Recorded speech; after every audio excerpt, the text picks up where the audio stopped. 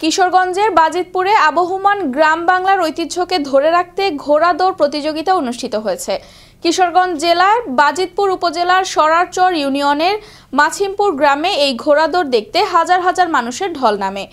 একে একে ছোট বড় নানা রঙের ঘোড়া মাঠে প্রবেশ করতে থাকে। ঐতিহ্যবাহী এই ঘোড়া দৌড় দেখতে আশপাশের কয়েকটি উপজেলা থেকে নানান শ্রেণী পেশার মানুষের সমাগম ঘটে।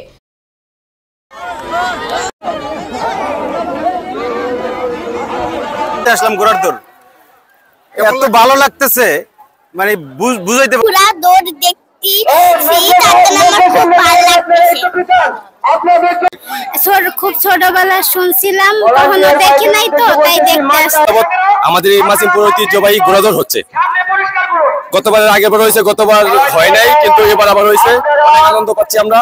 দূর দূরান্ত থেকে ঘোড়া আসে, দূর দূরান্ত থেকে মানুষ আসে, ঘোড়া দৌড় দেখে উপভোগ করে। এই মহান বিজয় দিবস উপলক্ষে আগামীতেও প্রতিটি জেলায় জেলায় এই অনুষ্ঠানে এই ঐতিহ্যবাহী ঘোড়া প্রতিযোগিতাটা মানুষের মনে রাখুক এবং এইটা বিলুপ্তির পথে এটাতে বিলুপ্তি না হয়।